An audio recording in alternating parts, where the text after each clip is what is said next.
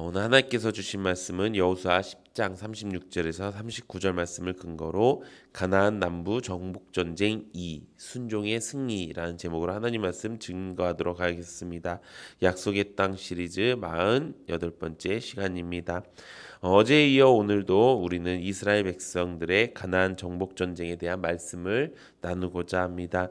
이스라엘 백성들은 지금 하나님의 때를 따라 돕는 은혜로 말미암아 전쟁에 승리하는 모습을 우리에게 보여주고 있습니다.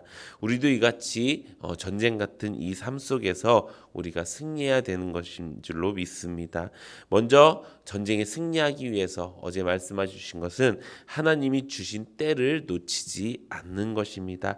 그러려면 우리가 영적 민감함을 가지고 있어야 되는데 그것은 하나님의 말씀을 경청할 때 우리가 생길 수가 있습니다. 하나님의 말씀을 경청한다는 것은 무엇입니까? 하나님의 말씀을 바르게 읽고 또 듣고 지키는 것이고 또 하나님의 음성에 귀를 기울이는 기도와 예배를 드리는 것입니다. 그럴 때 하나님께서 우리에게 가장 좋은 때를 허락하여 주실 것이고요. 그 때를 놓치지 않고 승리하는 삶을 살게 될 것입니다.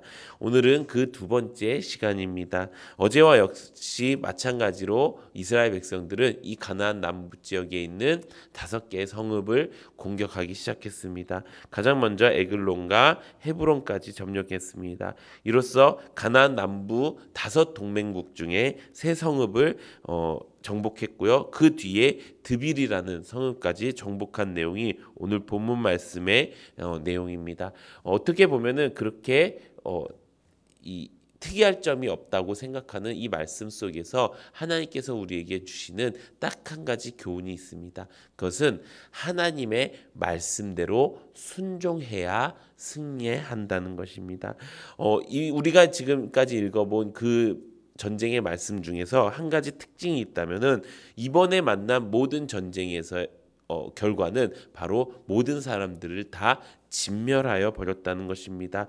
만나는 모든 사람들, 전쟁에서 만나는 그 수많은 사람들을 다 모조리 죽였다는 것입니다. 어떻게 보면은 굉장히 잔인한 일이 될 수가 있습니다. 그곳에는 꼭 군인들뿐만 아니라 다른 사는 사람들도 있었을 것이고 어린아이도 또 노인도 여자도 있었을 것입니다. 근데 그들을 모두 진멸했다고 이야기합니다. 근데 어떻게 이렇게 무섭고 이렇게 악하게 보이는 이것이 하나님의 뜻이고 그리고 그것이 왜 하나님의 말씀에 순종하고 승리할 수 있는 길일까요? 그럼 하나님을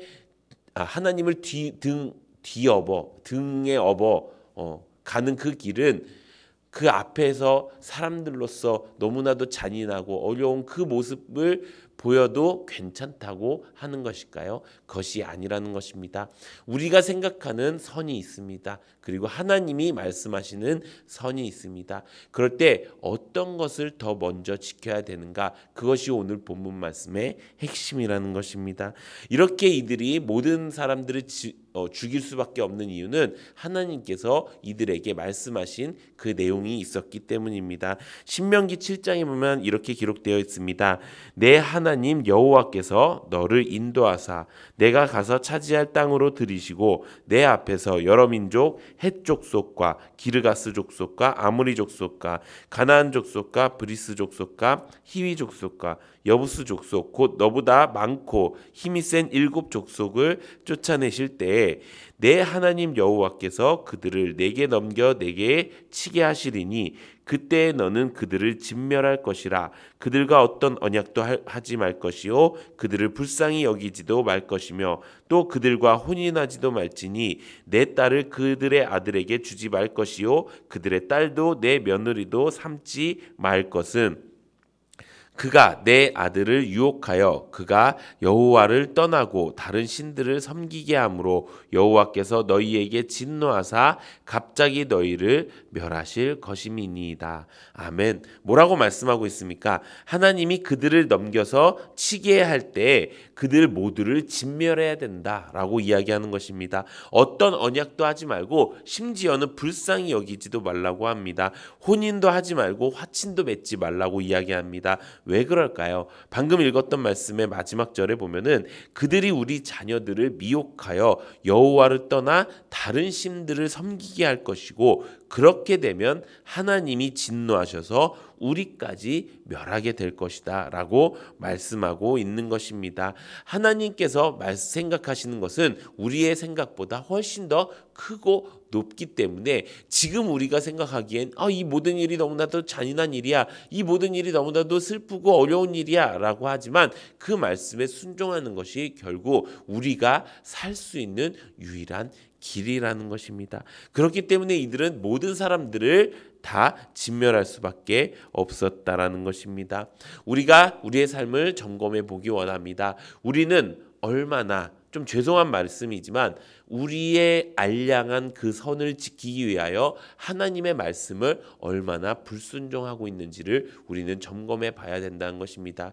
내 눈앞에 내가 가지고 있는 지위, 내가 가지고 있는 체면, 내가 가지고 있는 사회적 모습들 가운데 내가 이런 모습은 하나님 조금 어려워요, 하나님 이렇게 하기는 조금 쉽지가 않아요 라고 하는 그 말씀은 바로 내가 하나님의 말씀보다 내가 세상 속에 바라보고 있는 그 사회적 모습이 더 중요하다고 여기는 것과 마찬가지라는 것입니다. 사랑하는 성도 여러분, 이것을 타파하는 것이, 이것을 깨고 넘어가는 것이 바로 순종하는 것입니다. 내 앞에 있는 사람이 나에게 원수가 되고 내 앞에 있는 사람이 결국 내가 죽일 수밖에 없는 사람이 될지언정 하나님의 말씀이 먼저가 되어야 된다는 것입니다.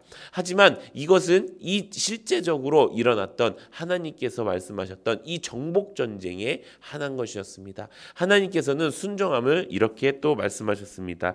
베드로전서 1장 22절에 보면은 너희가 진리를 순종함으로 너희 영혼을 깨끗하게 하여 거짓이 없이 형제를 사랑하기를 이르렀으니 마음으로 뜨겁게 서로 사랑하라.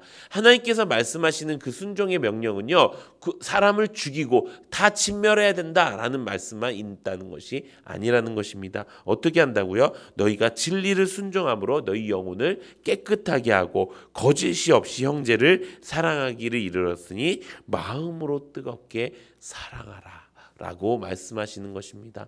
하나님의 말씀은요, 어떻게 보면은 극단적일 수도 있고 또 어떻게 보면은 한없는 은혜가 보일 수도 있는 것입니다. 우리가 해야 되는 건 무엇입니까? 어떤 말씀이든 순종하는 것입니다. 내가 순종하기 쉬운 말씀만 순종하고 또 내 모습에 따라서 내가 이 모습은 이건 아닌 것 같은데 라는 모습은 순종하지 않는 것, 그것은 온전한 순종, 온전한 그리스도인이 아니라는 것입니다. 어떤 명령에도 내가 지키기 어려운 명령 가운데서도, 내가 지키기 힘든 명령 가운데서도 내가 아멘하고 순종할 수 있는 것, 그것이 하나님의 말씀하시는 진정한 순종의 길이라는 것입니다. 지금 하나님께서는 이렇게 말씀하십니다. 이 마지막 때에 이르러 사람들은 점점 더 미혹될 것이고 하나님의 사랑을 잃어버릴 것이다. 그리고 서로 미워하는 자들이 많아지고 모이기에 패하는 자들이 많아질 것이다 라고 이야기합니다. 그럴 때 우리는 어떻게 합니까? 그래, 맞아. 나는 우리가 이런 마지막 시대에 모이기에 패하기 하는 사람들과 습관과 같이 하지 않고 이제 우리가 모이기에 힘쓰는 사람이 되어야 되지. 그런데 세상에 코로나라는 질병이 있으니까 내가 이것을 무시하고 가는 것도 맞지 않아.